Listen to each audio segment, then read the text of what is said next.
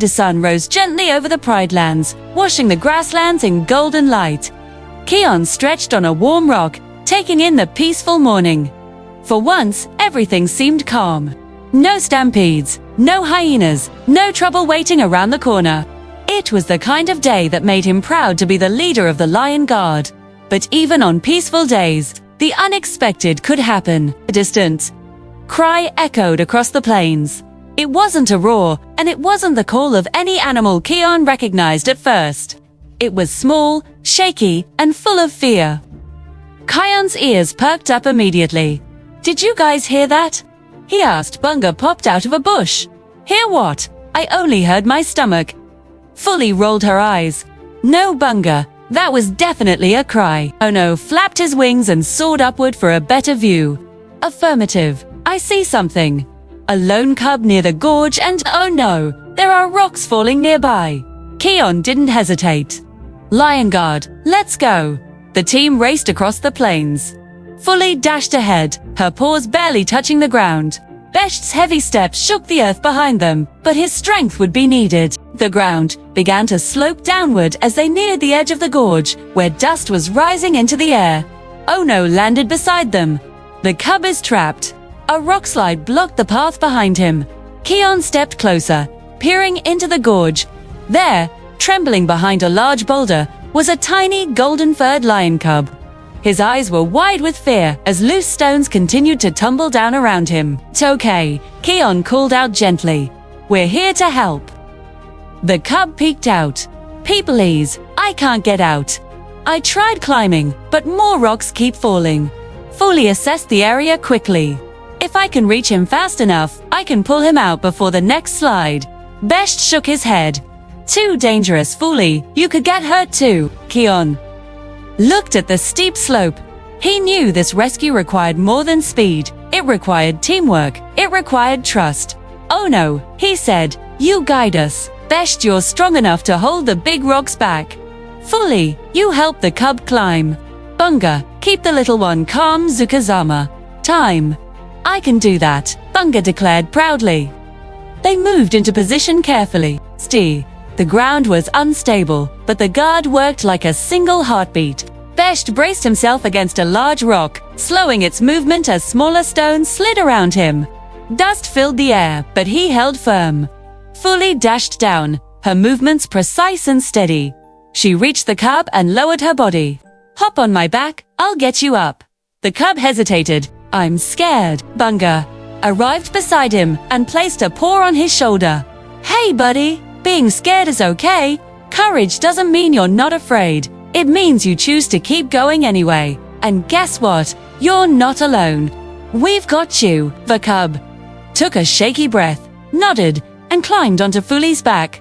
"All right, Fuli," Kion called. "Bring him up." Fuli made her way up the slope, slowly, avoiding loose stones and following Ono's exact directions. Kion watched closely, ready to use the roar if the rocks became too much. He didn't want to, but he would if it meant protecting a life. Just as Fuli neared the top, a massive rock shifted above them. Kion shouted, "It's coming down." Kion focused, planting his paws firmly. The roar built inside him, swirling like the wind of a distant storm.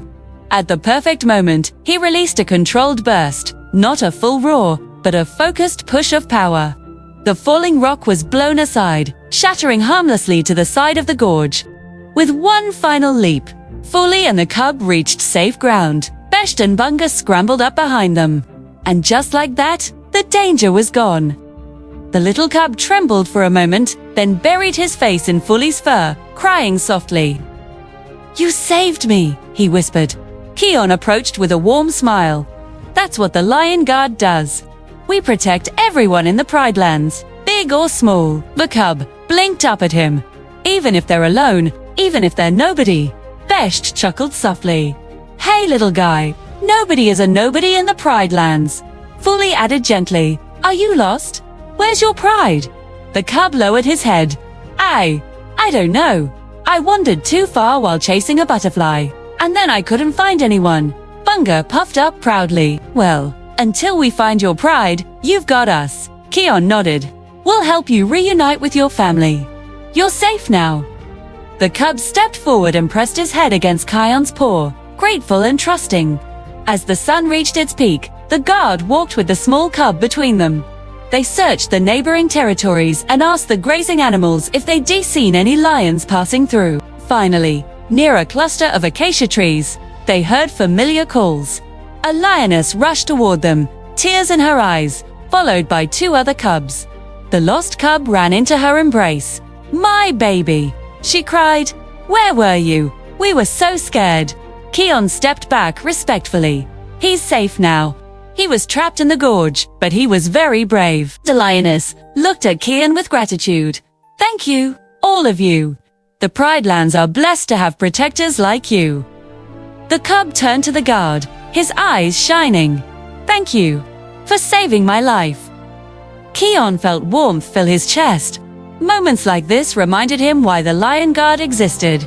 Not for glory, not for power, but for life, every life. As the reunited pride left, Bunga stretched and yawned dramatically. What a day! Saving cubs is hungry work.